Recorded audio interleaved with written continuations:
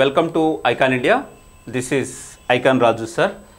So senior Indian polity faculty అండి. Icon India అనేటువంటిది online కోర్సులతో పాటు ఆఫ్లైన్కి సంబంధించినటువంటి కోర్సెస్ అనేటువంటి వాటిని ఐకాన్ ఇండియా అకాడమీ మీ ముందుకు వస్తుంది. సో దీనికి సంబంధించినటువంటి దాంట్లో ఐకాన్ ఇండియా అకాడమీ ద్వారా మనకి ఆఫ్లైన్కి సంబంధించినటువంటి ఎస్ఐ కానిస్టేబుల్, అదేవిధంగా ఫారెస్ట్ బీట్ ఆఫీసర్, విఆర్ఓ మరియు గ్రూప్ 1, 2, 3కి సంబంధించినటువంటి సో వివిధ కోర్సులకు సంబంధించినటువంటి ఆఫ్లైన్ క్లాసెస్ని కూడా ఐకాన్ ఇండియా ఆన్లైన్తో పాటు ఆఫ్లైన్ క్లాసెస్ని కూడా మీకు అందిస్తుంది. సో ప్రస్తుతం మనకి ఐకాన్ ఇండియా అకాడమీ అనేటువంటి దాన్ని దిల్సుఖ్ నగర్లో నూతనంగా మనం ప్రారంభించబోతున్నాం. దీనికి సంబంధించినటువంటి క్లాసెస్ మనకి ఫిబ్రవరి 3వ తేదీ నుంచి SI constable, forest beat officer, విఆర్ఓలకు సంబంధించినటువంటి తరగతులు ప్రారంభమవుతున్నాయి. కావలసినటువంటి వారు సో మనకి కనిపిస్తున్నటువంటి నెంబర్ ద్వారా మీ యొక్క పేరుని రిజిస్ట్రేషన్ చేసుకోవచ్చు. అదేవిధంగా సో మొదటి 100 అడ్మిషన్స్ అంటే మొదటి 100 అడ్మిషన్స్ వరకు మనం ఫీజుకు సంబంధించినటువంటి దాంట్లో 50% రాయితీని అందిస్తున్నాం. సో తర్వాత వచ్చేటటువంటి అభ్యర్థులకి ఫీజు 50% రాయితీ అనేటువంటిది ఉండదండి. కాబట్టి మొదటి 100 మెంబర్స్కి ఫీజులో 50% రాయితీ అనేటువంటిది ఇస్తున్నాము. సో ప్రస్తుతం ఫీజు వచ్చేసరికి 16,000 రూపాయల ఫీజు ఉంది. సో ఎవరైతే ఫిబ్రవరి 2వ తారీఖు ముందు అడ్మిషన్ పొందుతారో వారికి సో కేవలం 8,000 రూపాయలకు మాత్రమే మేము ఈ కోర్సును అందిస్తున్నాము. కాబట్టి ఈ 50% ఆఫర్స్ని పొందాలి అనుకునేటువంటి వారు 2వ తేదీ లేదా మొదటి 100 మందికి సంబంధించినటువంటి వారికి మాత్రమే ఈ నియమం వర్తిస్తుంది. కాబట్టి ఎస్ఐ కానిస్టేబుల్కు సంబంధించినటువంటి ఎక్స్క్లూజివ్ ఆఫ్లైన్ క్లాసెస్ దిల్సుఖ్ నగర్లో నూతనంగా ఐకాన్ ఇండియా అకాడమీ ద్వారా మేము అందిస్తున్నాము. కావలసినటువంటి వారు సో ఈ నెంబర్ ద్వారా మీ యొక్క పేరుని నమోదు చేసుకోవచ్చు. సో నెంబర్ వచ్చేసరికి 6301468465, అదేవిధంగా 8019136060, అదేవిధంగా 8019236060. సో ఇప్పుడు మనం క్లాస్కి సంబంధించినటువంటి దాంట్లో ప్రీవియస్ ఎస్ఐకి సంబంధించినటువంటి ప్రిలిమినరీలో వచ్చినటువంటి పాలిటీ క్వశ్చన్స్ ఏ విధంగా ఉన్నాయి వాటికి సంబంధించిన వివరణ గురించి ఈ క్లాస్లో డిస్కషన్ చేద్దాం. సో చూడండి, మరి క్లాస్కి సంబంధించినటువంటి దాంట్లో మనకి క్వశ్చన్ ఎలా వచ్చింది అనేటువంటి చూద్దాం. ఎస్ఐకి సంబంధించిన దాంట్లో 2016కు సంబంధించినటువంటి ఎస్ఐ ప్రిలిమ్స్లో పాలిటీకి సంబంధించిన క్వశ్చన్స్ ఎలా అడిగాడు, వాటికి సంబంధించినటువంటి ఆన్సర్స్ ఏ విధంగా ఉన్నాయని చూద్దాం. సో ఫస్ట్ క్వశ్చన్, జాతీయ అత్యవసర పరిస్థితి విధించిన కాలంలో రాజ్యాంగంలోని ఏ ఆర్టికల్ సస్పెండ్ చేయడానికి అవకాశం లేదు అంటున్నాడు. సాధారణంగా ప్రాథమిక హక్కులకు సంబంధించినటువంటి దాంట్లో మనకి ప్రాథమిక హక్కుల గురించి రాజ్యాంగంలోని 3వ భాగం ప్రాథమిక హక్కుల గురించి తెలియజేస్తుందండి. ప్రాథమిక హక్కుల గురించి తెలియజేస్తుంది. సో ఇక్కడ ప్రాథమిక హక్కులకు సంబంధించినటువంటి దాంట్లో మనకి ప్రాథమిక హక్కులని జాతీయ అత్యవసర పరిస్థితిలో తాత్కాలికంగా రద్దు చేసేటటువంటి అధికారం రాష్ట్రపతికి ఉంటుంది. ఎవరికి ఉంటుంది? రాష్ట్రపతికి ఉంటుంది. సో ఈ అంశాన్ని ఎక్కడి నుంచి తీసుకున్నామంటే జపాన్ నుండి తీసుకోవడం జరిగింది. సో మరి అదేవిధంగా మనకి సో ఇక్కడ ప్రాథమిక హక్కులకు సంబంధించినటువంటి క్వశ్చన్ ఇక్కడ జాతీయ అత్యవసర పరిస్థితి కాలంలో రాజ్యాంగంలోని ఏ ఆర్టికల్ని సస్పెండ్ చేయడానికి అవకాశం లేదంటున్నాడు. సో ఆప్షన్ ఏ ఆర్టికల్ 32 అన్నాడు, option B article 21, option C article 19, option D article 15 అన్నాడు. అయితే దీంట్లో ఆర్టికల్ 32 రాజ్యాంగ పరిహారపు హక్కు గురించి తెలియజేస్తుంది. నెక్స్ట్ ఆర్టికల్ 21 జీవించే హక్కు గురించి తెలియజేస్తుంది. ఆర్టికల్ 19 భావ ప్రకటన స్వేచ్ఛ హక్కు గురించి తెలియజేస్తుంది. ఆర్టికల్ 15 సో విద్యా సంస్థల ప్రవేశాలలో ఎలాంటి వివక్షతలను పాటించరాదు అనేటువంటి దాన్ని తెలియజేస్తుంది. కాబట్టి అడిగిన క్వశ్చన్ ఏంటి? జాతీయ అత్యవసర పరిస్థితి కాలం. సో ఏ ఆర్టికల్ ప్రకారం జాతీయ అత్యవసర పరిస్థితిని విధిస్తారంటే ఆర్టికల్ 352 ప్రకారం రాష్ట్రపతి జాతీయ అత్యవసర పరిస్థితిని విధిస్తారు. సో జాతీయ అత్యవసర పరిస్థితి కాలంలో సో ప్రాథమిక హక్కులలో ఉన్నటువంటి ఆర్టికల్ 20 మరియు 21లను రద్దు చేసేటటువంటి అధికారం రాష్ట్రపతికి లేదు అనేటువంటి అంశాన్ని 1978లో 44వ రాజ్యాంగ సవరణ చట్టం ద్వారా చేర్చడం జరిగింది. కాబట్టి ఇచ్చినటువంటి ఆప్షన్లో మనకున్నటువంటి ఆర్టికల్ ఏది ఉంది? 21. కాబట్టి జాతీయ అత్యవసర పరిస్థితి కాలంలో కూడా రద్దు చేయడానికి అవకాశం లేనటువంటి ఆర్టికల్ ఏంటిదంటే ఆర్టికల్ 21.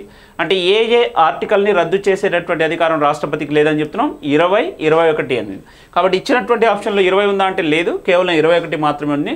కాబట్టి జీవించే హక్కుని కూడా జాతీయ అత్యవసర పరిస్థితి కాలంలో రద్దు చేసేటటువంటి అధికారం రాష్ట్రపతికి లేదు. సాధారణంగా జాతీయ అత్యవసర పరిస్థితి కాలంలో ప్రాథమిక హక్కులను తాత్కాలికంగా రద్దు చేసేటటువంటి అధికారం రాష్ట్రపతికి ఉంటుందని చెప్తున్నాము. కాబట్టి దీనికి సంబంధించినటువంటి ఆన్సర్ మనకి ఆర్టికల్ 21 ఆప్షన్ బి అనేటువంటిది కరెక్ట్. సో నెక్స్ట్ అదేవిధంగా సెకండ్ క్వశ్చన్ చూద్దాం. క్రింది వ్యాఖ్యలను పరిశీలించుము అంటున్నాడు. సో ఇక్కడ క్రింది వ్యాఖ్యలను పరిశీలించుము అంటున్నాడు. సో దీంట్లో ఆప్షన్ ఏ, విద్యా హక్కు చట్టం విద్యను ప్రాథమిక హక్కుగా ప్రకటించింది. నెక్స్ట్ ఆప్షన్ బి, విద్యా హక్కు చట్టంను 2009వ సంవత్సరంలో ఆమోదించారు. నెక్స్ట్ ఆప్షన్ సి, 6 నుంచి 14 సంవత్సరాల లోపు పిల్లలందరికీ ఉచిత మరియు నిర్బంధ విద్యను అందించాలని విద్యా హక్కు చట్టం ప్రకటించింది అని చెప్తున్నాడు. సో దీంట్లో సరైనటువంటి అంశాలు ఏంటనేటువంటిది గుర్తించాలి. సో మనకి ఇక్కడ విద్యా హక్కుకు సంబంధించినటువంటి దాంట్లో విద్యా హక్కును ప్రాథమిక హక్కుగా గుర్తిస్తూ 2002లో 86వ రాజ్యాంగ సవరణ చట్టం ద్వారా 86వ రాజ్యాంగ సవరణ చట్టం ద్వారా రాజ్యాంగంలో నూతనంగా ఆర్టికల్ 21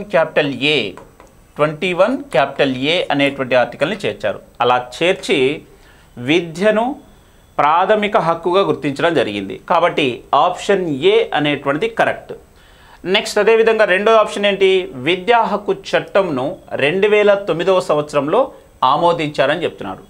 సో 2009లో ఆమోదించారు అంటే వాస్తవానికి రైట్ టు ఎడ్యుకేషన్. సో విద్యా హక్కు చట్టం అనేటువంటి దాన్ని 2009లో తీసుకురావడం జరిగింది.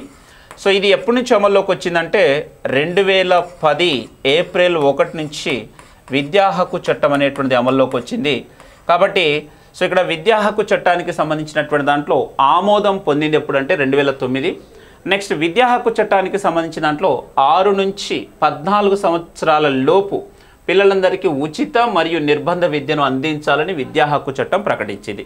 వాస్తవానికి విద్యా హక్కు చట్టం ప్రకటించింది ఏంటంటే దీని యొక్క ప్రధానమైనటువంటి ఉద్దేశం 6 నుంచి 14 సంవత్సరాల లోపు ఉన్నటువంటి బాలికలందరికీ కూడా ఉచిత నిర్బంధ విద్యను అందించాలనేటువంటి ఉద్దేశంతోనే సో విద్యా హక్కు చట్టాన్ని రూపొందించడం జరిగింది. సో ఇక్కడ విద్యా హక్కు చట్టానికి సంబంధించిన దాంట్లో ఇవి. కాబట్టి ఇచ్చినటువంటి ఆప్షన్స్కి సంబంధించిన దాంట్లో మనకి 3 కూడా రైటేనండి, ఏ, బి మరియు సి. సో 3 కూడా సరైనటువంటివే. సో విద్యా హక్కు చట్టం విద్యను ప్రాథమిక హక్కుగా ప్రకటించింది అంటున్నాడు, విద్యను ప్రాథమిక హక్కుగా గుర్తించింది. వాస్తవానికి విద్యా హక్కు అనేటువంటిది మనకి సాధారణంగా ప్రాథమిక హక్కు అంటే జీవించే హక్కులో అంతర్భాగంగా విద్యను ప్రాథమిక హక్కుగా గుర్తిస్తూ ఆర్టికల్ 21 క్యాపిటల్ ఏ అనేటువంటి దాన్ని తీసుకురావడం జరిగింది. కాబట్టి 21 క్యాపిటల్ ఏ అనేటువంటి దేనికి సంబంధించిందంటే విద్య హక్కు అనేటువంటిది ప్రాథమిక హక్కుగా గుర్తించడం జరిగింది. సో మనకి ఏ రాజ్యాంగ సవరణ చట్టం ద్వారా అంటే 86వ రాజ్యాంగ సవరణ చట్టం ద్వారా. సో దీనికోసం నూతనంగా రాజ్యాంగంలో చేర్చబడినటువంటి ఆర్టికలే 21 క్యాపిటల్ ఏ అనేటువంటిది. నెక్స్ట్ అదేవిధంగా మనకి థర్డ్ వన్ సంబంధించిన దాంట్లో థర్డ్ క్వశ్చన్ చూడండి, అంటరానితన నిషేధం అనే నిబంధనను కలిగి ఉన్న ప్రకరణ ఏది అంటున్నాడు. సో ఇక్కడ ప్రకరణ అన్న నిబంధన అన్న ఆర్టికల్ అన్న ఒకటేనండి. కాబట్టి ఇక్కడ అంటరానితన నిషేధం అనే నిబంధనను కలిగి ఉన్న ప్రకరణ ఏది అంటున్నాడు. సో ఇక్కడ 14 ఆప్షన్ ఏ 14వ ప్రకరణ అన్నాడు, ఆప్షన్ బి 16వ ప్రకరణ అన్నాడు, ఆప్షన్ సి 17వ ప్రకరణ, ఆప్షన్ డి 19వ ప్రకరణ. సో దీంట్లో మనకి అంటరానితన నిషేధం గురించి అడిగిరాడు. కాబట్టి దానికి సంబంధించిన ప్రకరణను గుర్తించండి అంటున్నాడు. కాబట్టి ఫస్ట్ ఇక్కడ 14వ ప్రకరణ దేనికి సంబంధించిందంటే చట్టం ముందు అందరూ సమానులే. ఆర్టికల్ 14 ఏం చెప్తుందంటే చట్టం ముందు అందరూ సమానులే అనేటువంటి దాన్ని తెలియజేస్తుంది. చట్టం ముందు అందరూ సమానులే, చట్టం ముందు అందరూ సమానులే. ఆర్టికల్ 14 చట్టం ముందు అందరూ సమానులే అనేటువంటి దాన్ని తెలియజేస్తుంది. నెక్స్ట్ అదేవిధంగా మనకి ఆర్టికల్ 16 ప్రభుత్వ ఉద్యోగాలలో ఎలాంటి వివక్షతలను పాటించరాదు. ప్రభుత్వ ఉద్యోగాలలో ప్రభుత్వ ఉద్యోగాలలో లేదా ఉద్యోగ అవకాశాలలో ఎలాంటి వివక్షతలను పాటించరాదు. ఆర్టికల్ 16 చెప్తుంది. ఆర్టికల్ 17 ఏం చెప్తుంది? అంటరానితన నిషేధం.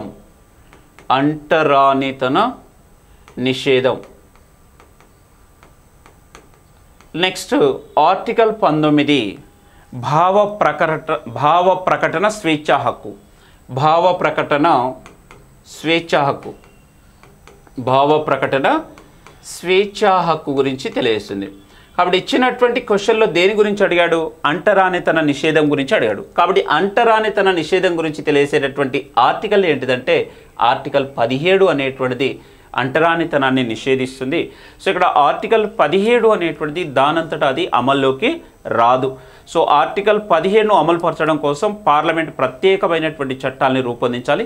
కాబట్టి దీనికోసం 1955లో అస్పృశ్యత నివారణ చట్టం అనేటువంటి దాన్ని తీసుకొచ్చారు. అస్పృశ్యత నివారణ చట్టం. అయితే ఈ అస్పృశ్యత నివారణ చట్టంని మళ్ళీ 1976లో పౌర హక్కుల పరిరక్షణ చట్టంగా మార్చారు. కాబట్టి ఆర్టికల్ 17 దేని గురించి తెలియజేస్తుందంటే అంటరానితన నిషేధం అనేటువంటి దాని అంశం గురించి తెలియజేస్తుంది. కాబట్టి ఇచ్చినటువంటి ఆప్షన్లో మనకి సి అనేటువంటిది కరెక్ట్. సో దీనికి 17వ ఆర్టికల్ అనేటువంటిది సరైనటువంటిది. ఇక నెక్స్ట్ క్వశ్చన్ చూడండి. బాంబే, కలకత్తా మరియు మద్రాస్ హైకోర్టులను ఏ సంవత్సరంలో ఏర్పాటు చేశారంటున్నాడు. సో వాస్తవానికి భారతదేశానికి సంబంధించినటువంటి దాంట్లో మనకి హైకోర్టు అనేటువంటి వ్యవస్థకు సంబంధించినటువంటి దాంట్లో హైకోర్టులను ఏ సంవత్సరంలో ఏర్పాటు చేశారనేటువంటిది అడిగాడు. సో ఇక్కడ ఆప్షన్ ఏ 1866 అన్నాడు. So wrong. 1864 wrong. Option C 1862 yes. D అనేటువంటిది రాంగ్. అంటే మనకి వాస్తవానికి 1861 భారత కౌన్సిల్ చట్టాన్ని అనుసరించి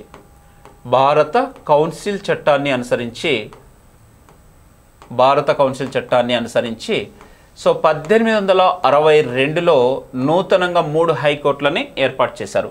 ఆ నూతనంగా హైకోర్టులు ఏర్పాటు చేసినటువంటి దాంట్లో బాంబే హైకోర్టు, కలకత్తా హైకోర్టు, అదేవిధంగా మనకి మద్రాస్ హైకోర్టు అనేటువంటి వాటిని ఏర్పాటు చేయడం జరిగింది.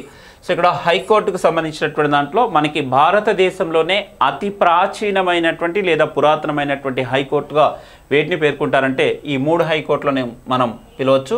నెక్స్ట్ 1866లో 4వ హైకోర్టుని మనకి అలహాబాద్లో ఏర్పాటు చేయడం జరిగింది. సో ప్రస్తుతం భారతదేశానికి సంబంధించినటువంటి దాంట్లో మనకి ప్రస్తుతం భారతదేశంలో 28 రాష్ట్రాలు, అదేవిధంగా 8 కేంద్రపాలిత ప్రాంతాలు ఉన్నప్పటికీ 25 హైకోర్టులు మాత్రమే పనిచేస్తున్నాయి. అంటే ప్రస్తుతం భారతదేశంలో ఎన్ని హైకోర్టులు ఉన్నాయంటే 25 హైకోర్టులు ఉన్నాయి. సో వీటికి సంబంధించినటువంటి దాంట్లో ప్రస్తుతం హైకోర్టు అనేటువంటి అంశం ఏ జాబితాలో ఉందంటే కేంద్ర జాబితాలో ఉందండి. హైకోర్టు అనేటువంటి అంశం కేంద్ర జాబితాలో ఉంది. కాబట్టి ఇచ్చినటువంటి ఆప్షన్లో 1862 అనేటువంటిది కరెక్ట్. అంటే 1861 భారత కౌన్సిల్ చట్టాన్ని అనుసరించి 1862లో భారతదేశంలో నూతనంగా 3 హైకోర్టులను ఏర్పాటు చేశారు. బాంబే, కలకత్తా, అదేవిధంగా మద్రాస్ హైకోర్టు అనేటువంటి వాటిని ఏర్పాటు చేయడం జరిగింది. నెక్స్ట్ అదేవిధంగా మనకి క్రింది వాటిలో రాజ్యాంగేతర సంస్థలను గుర్తించుము అన్నాడు. రాజ్యాంగేతర సంస్థలు. సో మనకి రాజ్యాంగబద్ధమైనటువంటి సంస్థలు ఉన్నాయి, రాజ్యాంగేతర సంస్థలు ఉన్నాయి. ఇచ్చినటువంటి దాంట్లో రాజ్యాంగేతర సంస్థల గురించి అడిగాడు. కాబట్టి NITI Aayog option A, option B జాతీయ అభివృద్ధి మండలి, ఆప్షన్ సి జాతీయ సమగ్రత మండలి, ఆప్షన్ డి అంతర్రాష్ట్ర మండలి. సో ఇక్కడ రాజ్యాంగబద్ధమైనటువంటి సంస్థలని రాజ్యాంగేతర సంస్థలు ఎలా గుర్తించాలి అంటే సో మనకి రాజ్యాంగబద్ధమైనటువంటి సంస్థలు అంటే రాజ్యాంగంలో ప్రత్యేకమైనటువంటి భాగం ఉంటుంది. సో జాగ్రత్త చూడండి, రాజ్యాంగబద్ధమైన సంస్థలను అదేవిధంగా రాజ్యాంగేతర సంస్థలను ఎలా గుర్తించాలన్నప్పుడు మనకి రాజ్యాంగబద్ధమైనటువంటి సంస్థలు అన్నప్పుడు రాజ్యాంగబద్ధమైనటువంటి సంస్థలు అంటే రాజ్యాంగంలో ప్రత్యేకమైనటువంటి భాగం ఉంటుంది. అదేవిధంగా ఆ అంశానికి సంబంధించిన దాంట్లో ప్రత్యేకమైన ఆర్టికల్ అనేటువంటిది ఉంటుంది. అదే రాజ్యాంగేతర సంస్థలకు సంబంధించినటువంటి దాంట్లో రాజ్యాంగంలో ప్రత్యేకమైన భాగము ఉండదు, అదేవిధంగా రాజ్యాంగంలో ప్రత్యేకమైన ఆర్టికల్ కూడా ఉండదు. కాబట్టి దీనికి సంబంధించినటువంటి దాంట్లో మనకి రాజ్యాంగేతర సంస్థలకు సంబంధించిన దాని గురించి అడిగాడు. కాబట్టి రాజ్యాంగేతర సంస్థలకు సంబంధించినటువంటి దాంట్లో ఇక్కడ ఇచ్చినటువంటి ఆప్షన్స్లో ఆర్టికల్ అదేవిధంగా భాగాన్ని కలిగినటువంటి అంశం ఉంటే అది రాజ్యాంగబద్ధమైన సంస్థ. ఒకవేళ ఆర్టికల్ లేదు, భాగం లేదంటే అది రాజ్యాంగేతర సంస్థ. కాబట్టి దీంట్లో నీతి ఆయోగ్, సో నీతి ఆయోగ్కి సంబంధించిన దాంట్లో భారత రాజ్యాంగంలో ఎక్కడ కూడా ప్రత్యేకమైనటువంటి భాగం కానీ ప్రత్యేకమైనటువంటి ఆర్టికల్ కానీ లేదు. కాబట్టి ఇది రాజ్యాంగేతర సంస్థ. నెక్స్ట్ జాతీయ అభివృద్ధి మండలి. సో జాతీయ అభివృద్ధి మండలి అనేటువంటిది కూడా రాజ్యాంగేతర సంస్థనే. నెక్స్ట్ జాతీయ సమగ్రత మండలి, ఇది కూడా రాజ్యాంగేతర సంస్థ. కానీ అంతర్రాష్ట్ర మండలి అనేటువంటిది, సో ఇక్కడ అంతర్రాష్ట్ర మండలి గురించి ఆర్టికల్ 263 తెలియజేస్తుంది. కాబట్టి అంతర్రాష్ట్ర మండలి అనేటువంటిది రాజ్యాంగబద్ధమైన సంస్థ. సో ఇక్కడ రాజ్యాంగబద్ధమైనటువంటి సంస్థ ఏదంటే అంతర్రాష్ట్ర మండలి. సో అంతర్రాష్ట్ర మండలికి సంబంధించినటువంటి దాంట్లో మనకి సర్కారియా కమిషన్, రంజిత్ సింగ్ సర్కారియా కమిషన్ యొక్క సిఫార్సులను అనుసరించి సో అంతర్రాష్ట్ర మండలిని ఏర్పాటు చేసినటువంటి ప్రధానమంత్రి విపి సింగ్ అండి. సో కాబట్టి అంతర్రాష్ట్ర మండలి అనేటువంటిది మనకి ప్రస్తుతం రాజ్యాంగబద్ధమైన సంస్థ. కాబట్టి ఇచ్చినటువంటి క్వశ్చన్లో రాజ్యాంగేతర సంస్థలు అన్నాడు. కాబట్టి ABC ఈ మూడు కూడా రాజ్యాంగేతర సంస్థలు. కాబట్టి సరైనటువంటి ఆన్సర్ ఏంటిదంటే సో ఇక్కడ ఆప్షన్ 3 అనేటువంటిది సరైనటువంటిది. కాబట్టి ఆప్షన్ 3 నీతి ఆయోగ్, జాతీయ అభివృద్ధి మండలి, సమగ్రత మండలి ఈ మూడు కూడా మనకి రాజ్యాంగేతర సంస్థలను ఏర్పాటు చేసినవి చెప్పొచ్చు. నెక్స్ట్ అదేవిధంగా మనకి క్రింది వాటిలో 42వ రాజ్యాంగ సవరణ చట్టం ద్వారా ఆదేశిక సూత్రంలో పొందపరచబడని అంశం ఏది అన్నాడు. అంటే చేర్చనటువంటి అంశం ఏది అన్నాడు. ఆదేశిక సూత్రాల్లో నూతనంగా చేర్చనటువంటి అంశం ఏది అన్నాడు. సో ఇక్కడ చూడండి 42వ రాజ్యాంగ సవరణ చట్టం ద్వారా చేర్చనటువంటి అంశం. సో మనకి ఆప్షన్ ఏ సమన్యాయం మరియు ఉచిత న్యాయ సహాయం అన్నాడు. సమన్యాయం మరియు ఉచిత న్యాయ సహాయం అన్నాడు. సో వాస్తవానికి మనకి 39 క్యాపిటల్ F అనేటువంటి దాన్ని చేర్చడం జరిగింది. సో ఇక్కడ క్యాపిటల్ ఏనండి, క్యాపిటల్ ఏ 39 క్యాపిటల్ ఏ ఉచిత న్యాయ సహాయాన్ని అందించడం 39. సో మనకి దీనికి సంబంధించినటువంటి దాంట్లో మనకి 39 క్యాపిటల్ ఏ దేని గురించి తెలియజేస్తుందంటే సో ఉచిత న్యాయ సహాయాన్ని అందించడం. సో దీన్ని 39 క్యాపిటల్ ఏకి సంబంధించినటువంటి దాంట్లో మనకి 42వ రాజ్యాంగ సవరణ చట్టం ద్వారా చేర్చారు. నెక్స్ట్ పరిశ్రమల నిర్వహణలో కార్మికులకి భాగస్వామ్యాన్ని కల్పించడం. సో దీన్ని కూడా ఆర్టికల్ 43 క్యాపిటల్ ఏ, ఆర్టికల్ 43 క్యాపిటల్ ఏ అనేటువంటి తెలియజేస్తుంది. నెక్స్ట్ అటవీ మరియు వన్యప్రాణుల సంరక్షణ, ఇది మనకి 48 క్యాపిటల్ ఏ, 48 క్యాపిటల్ ఏ.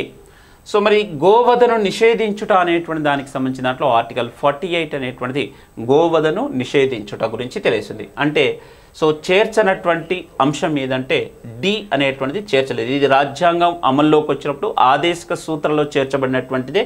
ఇది ఆర్టికల్ 48కి సంబంధించింది. గోవధను నిషేధించుట అనేటువంటిది ఆర్టికల్ 48. సో సమన్యాయం మరియు ఉచిత న్యాయ సహాయం గురించి తెలిసేది 39 క్యాపిటల్ ఏ, ఉచిత న్యాయ సహాయాన్ని అందించడం కోసం 39 క్యాపిటల్ ఏని 42వ రాజ్యాంగ సవరణ చట్టం ద్వారా చేర్చాం. నెక్స్ట్ పరిశ్రమల నిర్వహణలో కార్మికుల భాగస్వామ్యం లేదా పాల్గొనడం, దీన్ని కూడా 42వ రాజ్యాంగ సవరణ చట్టం ద్వారా చేర్చాం. అటవీ మరియు వన్యప్రాణుల సంరక్షణకు సంబంధించిన దాంట్లో 48 క్యాపిటల్ ఏ అనేటువంటి దాన్ని కూడా నూతనంగా చేర్చాం. ఈ మూడు కూడా 42వ రాజ్యాంగ సవరణ చట్టం ద్వారా చేర్చారు. కానీ 42వ రాజ్యాంగ సవరణ చట్టం ద్వారా చేర్చనటువంటి ఆదేశిక సూత్రాల్లో చేర్చనటువంటి అంశాన్ని గుర్తించమన్నాడు. ఇందులో ఆప్షన్ డి గోవధను నిషేధించుట అనేటువంటిది చేర్చనటువంటిది. ఇది రాజ్యాంగం అమల్లోకి వచ్చినప్పుడు ఆదేశిక సూత్రాల్లో చేర్చినటువంటిదే. ఇది ఆర్టికల్ 48కి సంబంధించింది. సో ఇవి మనకి ఎస్ఐకి సంబంధించినటువంటి దాంట్లో ప్రీవియస్ క్వశ్చన్లుగా వచ్చినటువంటి అంశాలు పాలిటీకి సంబంధించినవి. సో ఇలాగే రెగ్యులర్గా మీకు ఐకాన్ ఇండియా ద్వారా రెగ్యులర్గా ప్రీవియస్ క్వశ్చన్స్ అనేటువంటి వాటితో పాటు మనకి కొన్ని క్వశ్చన్స్ అనేటువంటి వాటిని డిస్కషన్ చేస్తూ ఉంటాం. సో రెగ్యులర్గా మీకు ఐకాన్ ఇండియా అనేటువంటిది అందిస్తుంది. సో దీంట్లో మరి ఐకాన్ ఇండియా అనేటువంటిది ఎస్ఐ కానిస్టేబుల్కు సంబంధించినటువంటి ఆఫ్లైన్ బ్యాచెస్ అనేటువంటి వాటిని దిల్సుఖ్ నగర్లో నూతనంగా ప్రారంభిస్తున్నాం. కావలసినటువంటి వారు సో అడ్మిషన్స్ పొందాలి అనుకునేటువంటి వారు మనకి డిస్క్రిప్షన్లో కనిపిస్తున్నటువంటి నెంబర్ని సంప్రదించి తమ యొక్క పేరుని నమోదు చేసుకోగలరు. రైట్ అండి, థ్యాంక్ యూ, బాయ్.